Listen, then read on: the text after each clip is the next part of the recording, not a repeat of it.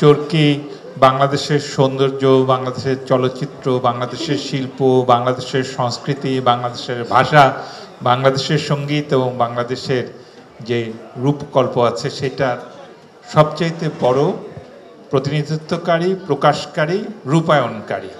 কাজেই চরকির জয় মানে বাংলাদেশের জয়, বাংলাদেশের সৌন্দর্যের জয়। রেদন রানী আমার ছোট ভাই, আমার বন্ধু এবং খুবই অন্তরঙ্গ। আমরা দুইজন একসঙ্গে বড় হয়েছে।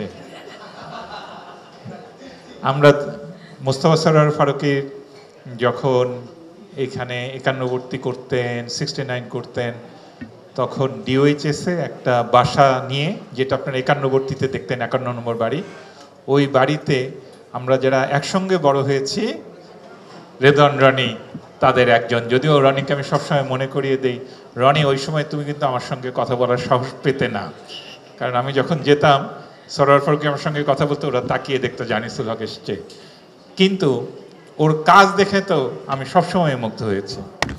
আমার নিজের একটা ছবি তিনি করেছিলেন আমার একটা বই থেকে, উপন্যাস থেকে, সেটা দেখে আমি বুঝেছি যে রনি কত ভালো বানাতে পারে।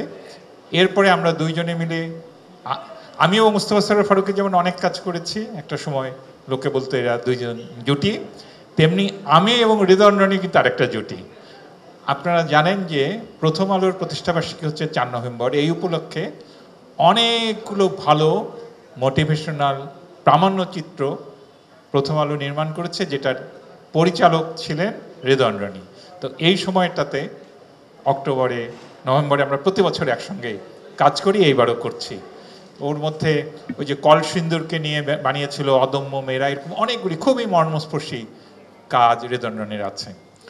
এরপরে তো শাহরিয়ার শাকিল, উনি যেখানেই হাত দেন সেখানেই সোনা ফলে।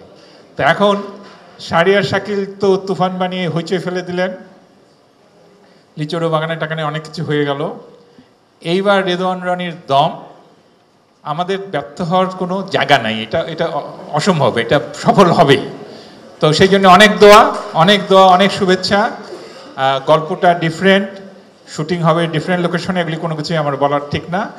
আমরা সবাই জানি দম, দোয়া করি খুব ভালো ছবি হোক, খুব ভালো ছবি হোক, ভালো ছবি হোক যেটা আমরা সবাই মিলে দেখব, চরকিতে দেখব, হলে গিয়ে দেখব, দেশে দেখব, বিদেশে দেখব, এবং দেখে মনে হবে যে একটা ভালো ছবি দেখলাম, এটাই তো, এবং সবাই মিলে দেখব এরকম একটা ছবি। তো সেটাই নিশ্চয়ই হবে, ইনশাল্লাহ হবে।